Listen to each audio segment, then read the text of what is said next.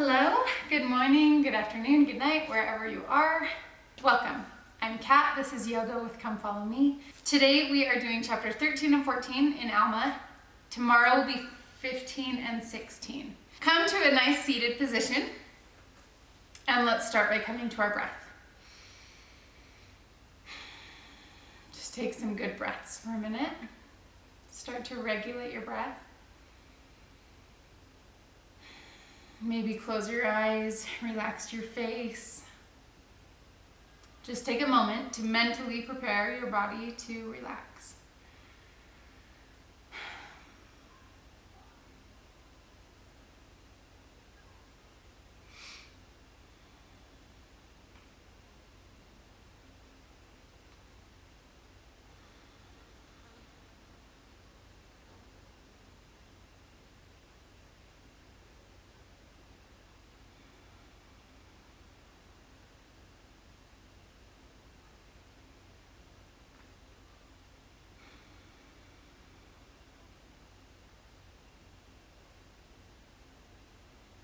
Inhale,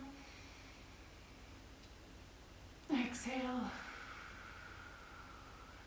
inhale, exhale, inhale, exhale, inhale. Let's sit up nice and tall, lengthen that spine, and exhale.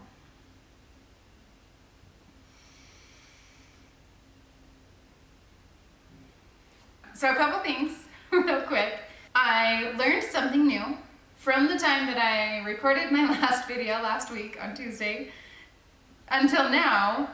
This guy's name is not Zizram, it's Zeezrom. At first I felt so like, oh my gosh, I can't even believe that I said his name wrong and it's all over the internet. And then I thought for a minute and I kind of had this feeling of, you know what, that's okay. I am learning just like you guys, and a lot of my friends. We've opened the conversation a lot about the Book of Mormon since I've been diving into it. And when it becomes such a part of your life, it becomes a part of your life, right? Of all the pieces and all the parts of your life, and you kind of relate all these things together, and it's really cool that way. And I've been learning a ton, and I was telling a friend the other day that I really feel kind of like I'm diving into this book so much right now that I feel like I'm reading it for the first time, which has been really cool. And I say names wrong, like Zizram and Zeezrom. But I also was happy to know that because I like Zeezrom a lot better. Actually, I was kind of thinking that would be a really cool name for one of my kids, Zeezrom. That's such a cool name. Zeezrom, however, does not sound as cool, but I really like Zeezrom. So anyway, corrected, it is Zeezrom. If you remember last week, Alma and Amulek are still teaching the people of Ammonihah, and Zeezrom is the one who is very, very much against what they're teaching. So as we start today, we're going to come into a seated position just like this. Our knees are just slightly bent. Our feet are pretty close together. They're not necessarily touching. And from here, we're just going to forward fold onto those slightly bent knees, and then leading with our chest right here. And then at the very end, you're just going to relax your neck in between your legs. So your chest this time, a lot of times we're floating our chest. This time our chest is just resting right on those thighs, and our neck is really nice and relaxed. And in this pose, you should feel a lot of tension in your shoulders, in your neck, and sometimes you can feel it in your lower back or upper back, and you can feel that kind of release. So come here and take a couple breaths. Just relax into that pose for a minute. In chapter 13, at the beginning of it, we're going to talk a lot about, it talks a lot about the priesthood. In verse 1 it says, "And again, my brethren, I would cite your minds forward from the time when the Lord God gave these commandments unto his children, that ye should remember your Lord, and after this holy order, which was after the holy order of his son, to teach these things unto the people. The order of his son is also known as the priesthood. That's what he's talking about in these verses. And from 1 through 9, it gives you all these cool facts about the priesthood, like where it comes from, what it does, what its purpose is.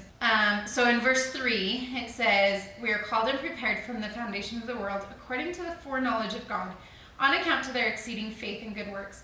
I loved that verse because it says the foreknowledge of God. According to the foreknowledge of God. That's not the knowledge of God as he sees us grow up, right? That's like the knowledge of God before we even come to the earth.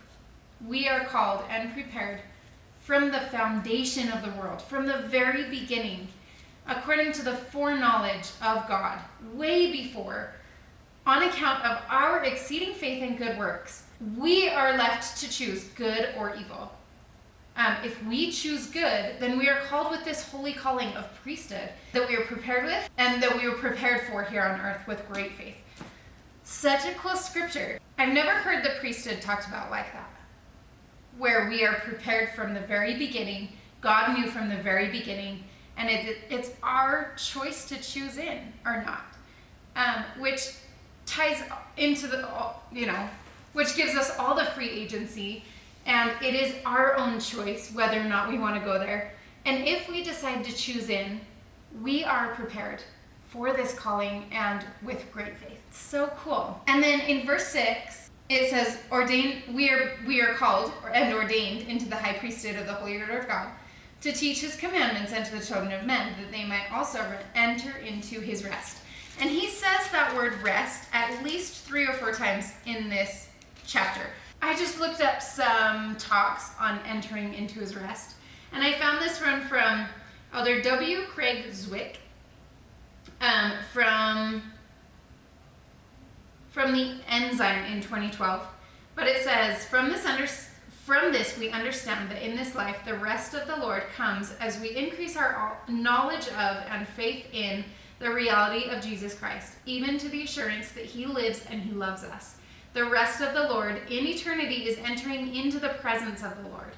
In mortality, we can receive a testimony of Jesus Christ in our hearts and enter into the rest of the Lord as we learn and teach the gospel. We can know in whom to trust as we follow the counsel of our prophets and priesthood leaders, honoring their and our foreordained roles, callings, and priesthood responsibilities. Okay, inhale, come back up. This time, straighten your legs and your knees, I guess. Inhale, let's reach up, gaze up, lengthen that spine, engage that core, and we're going to forward fold, leading with our chest. Come on down onto those legs. Take it nice and easy. This is probably a pretty good stretch for the very beginning. So take it easy. If you still need to bend those knees, go for it. And when you're ready, exhale, relax that neck, and just bring that forehead down in between both of your knees. With every inhale, we get out of the pose just a little bit in order to make room for the air, open our lungs. And every exhale, we wring it out and go deeper into that pose. But I love that. It says the rest of the Lord comes as we increase our knowledge of and faith in the reality of Jesus Christ, to the assurance that he lives and he loves us. It's eternity. So in verse 6, we are called and ordained into the high priesthood of the holy order of God to teach his commandments and teach the people around us of Christ, that they might also enter into this space of knowing that Christ loves us so much.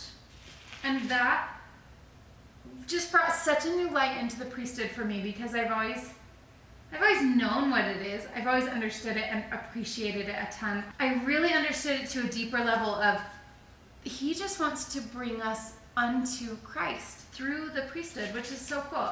And to just prove that he loves us. And in my mind, I just saw this picture of Christ just like hugging all of us and just saying, I love you, with all of our priesthood blessings, and the sacrament, everything that's done with the priesthood.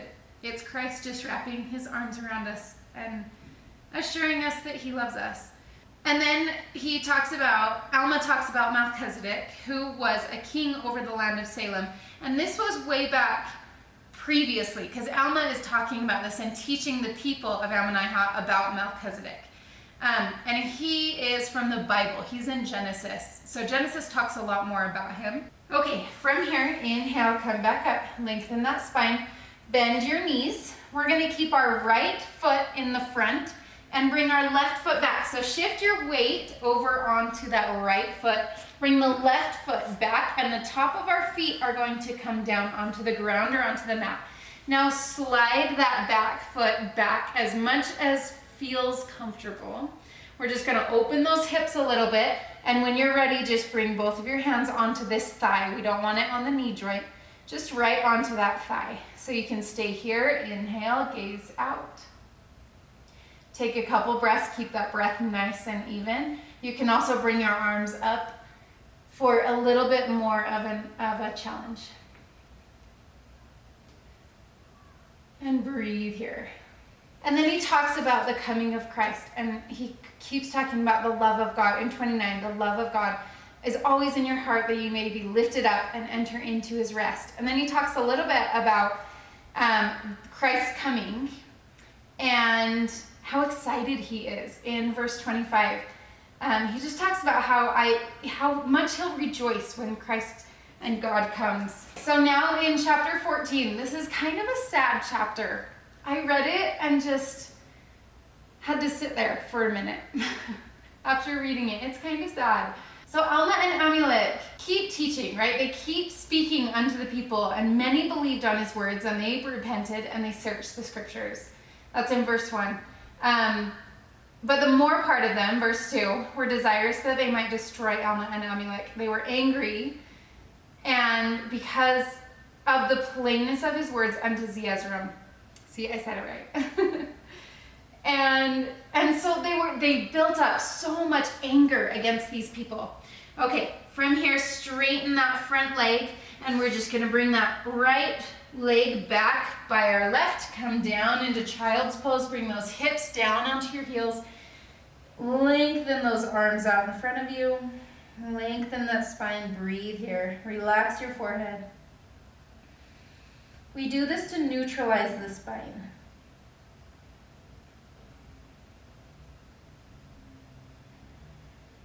And come back to our breath.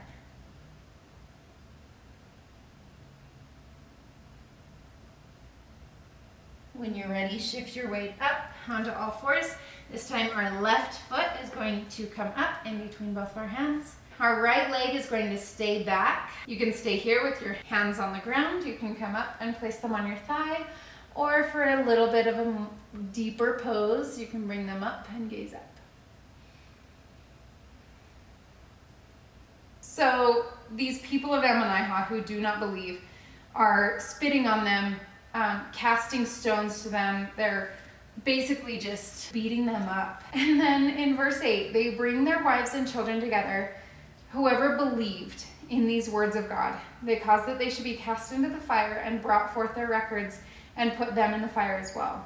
And Alma and Amulek came to this place that they are witnessing these women and children being thrown into this fire because they believe what Alma and Amulek are saying. And they saw the pains of the women and children who were consumed in the fire, and they were pained. And it says, how can we witness this awful scene? Let us stretch forth our hands and exercise the power of God. And Alma said to Amulek, the Spirit constraineth me that I might not stretch forth my hand. But behold, the Lord receiveth them up into himself in glory, and doth suffer that they may do this thing unto them according to the hardness of the hearts, and they will be judged, and the wrath of God will be just. Like they will get what they deserve for doing this, and the blood of the innocent shall stand as a witness against them, and cry mightily against them at the last day. That just is so sad to me. I read that and I just had to pause for a minute and just like, oh my gosh. I also called my mom and kind of talked to her a little bit about it, because that's hard to read. And my mom said, You know, we kind of have that in our day too. In a way, we have stuff like that happening all around us, and it's scary, and we witness it, and it's hard. It is, it's hard. Okay, bring your palms back down. Straighten that left leg and bring it back. In the back, let's come down into child's pose one more time. Neutralize that spine and just counteract that pose. I've told you guys this before, but I have a hard time with fear. I have a really hard time with it, and I have a lot of it. So I just sat there thinking, after seeing this fear in them, and also because in verse 12, Amulek says to Alma, maybe they'll burn us too. Like, I'm sure that's a reality in their mind, and Alma is like, well, our work is not finished, so I don't think they will. But I'm sure they were both just terrified and feeling so much pain for these people who believed them and loved their words and loved that they come in and started teaching these people. And their scriptures are burned. Like, that's just so sad. And they're just watching it all. And after they're witnessing all of this, I really studied what they did here. Because I was thinking, I have that. I have all the fear a lot. And there's this fear of the world, and we witness it, and it's scary. And sometimes you think, what if that happened to me? And it's real. Alma and Amulek stood. It mentions how they stood many times. They stood. And when I picture them standing, I picture them, a weak. When you're weak, you fall, right? You kind of fall down to the ground. And I'm sure they wanted to in this moment, but they stood. They stood strong in God even still. And I just basked in that for a minute. And in our world, when things are scary and we're witnessing pain and it's hard, and there is a possibility of something happening to us, and that's scary, we can stand strong in God even still. Like Alma and Amulek. It kind of made me want to wear something. I love bracelets, so maybe a bracelet or something with Alma and Amulek on it, just to remind myself that they stood in painful times with God, and we can too when it's hard, when things get hard, because they do. Okay, inhale, let's come up onto all fours and do some cat and cow. So inhale, chin up, gaze up, curl your back, and exhale, bring it out, engage that core, chin to chest, bring those abs together. Inhale, and exhale. Inhale, exhale. When you're really engaging that core, you can feel it, kind of like an ab workout. That's how much you can feel it just by doing a couple of them. So really engage that core. Bring them together. Inhale, exhale. Keep going. And then in 15 it says, behold, ye see that ye had not power to save those who had been cast in the fire. Neither has God saved them, because they were of thy faith. And the judge smote them across their cheeks and asked, what say for yourselves? So the judge of Ammonihah, struck Alma and Amulek, just smacked them and was like, now what? What do you have to say for yourselves? Because look what you did, kind of a thing. And I wrote in there, if God is real, does he let bad things happen? Because that's a really big question all the time, right? And it's so easy to ask yourselves. And Alma and Amulek didn't answer him anything. And so they were cast into prison for 3 days. And then these judges came back and they said, okay, are you going to speak? And they said, we will speak only on the Spirit. If God tells us to speak, we will. And so they're asking them all these questions and basically interviewing them about the gospel and mocking them and throwing things at them and not feeding them. They're bound with cords. And the chief judge finally smote them again in verse 24 and said, if ye have the power of God, deliver yourselves from these bands, and then we will believe that the Lord will deliver you according to your words. And finally, the power of God was upon Alma and Amulek, and they rose and stood upon their feet. Again, they're standing in this strength of God. And Alma cried, saying, and on cried, I just I'm sure they were just crying at this point. It would be so hard. And they've suffered so many things. And they say that, how long, O Lord, shall we suffer these afflictions? Give us strength according to our faith, even deliverance. And they broke the bands which were bound. And the people saw this, and they began to run, because fear had been upon them all of a sudden. Because they knew that God was real at that point. So they ran. And it did not stop there. The prison starts falling down and crumbling and killing all these people who had put them into prison. Okay, when you're ready, let's just come into a seated position. The prison starts just falling down on everyone, and it kills all the people who put them into prison. And you know, all this dust, this cloud of smoke, just where the prison used to be. And out come Alma and Amulek walking out, no bands, they're not imprisoned. And all these people of Ammonihah see this, and they start running, because none of these people have believed. They burned all the people who believed. And so they're all just in complete fear, because they knew that nothing except the power of God could have done that. So they run away. And at the very end of this chapter, it says, and thus they did flee from the presence of Alma and Amulek. Everybody's just like, okay, I guess we were wrong. See ya. I gotta go. This is scary. And that is where we leave off today. So we will continue this in chapter 15. In fact, Alma and Amulek from here leave Ammonihah. This is where they depart. But we'll hear a little bit more of Ammonihah, but it doesn't last. Ammonihah definitely doesn't last as a city. So we will end there. The light in me honors and loves the light within you. Namaste.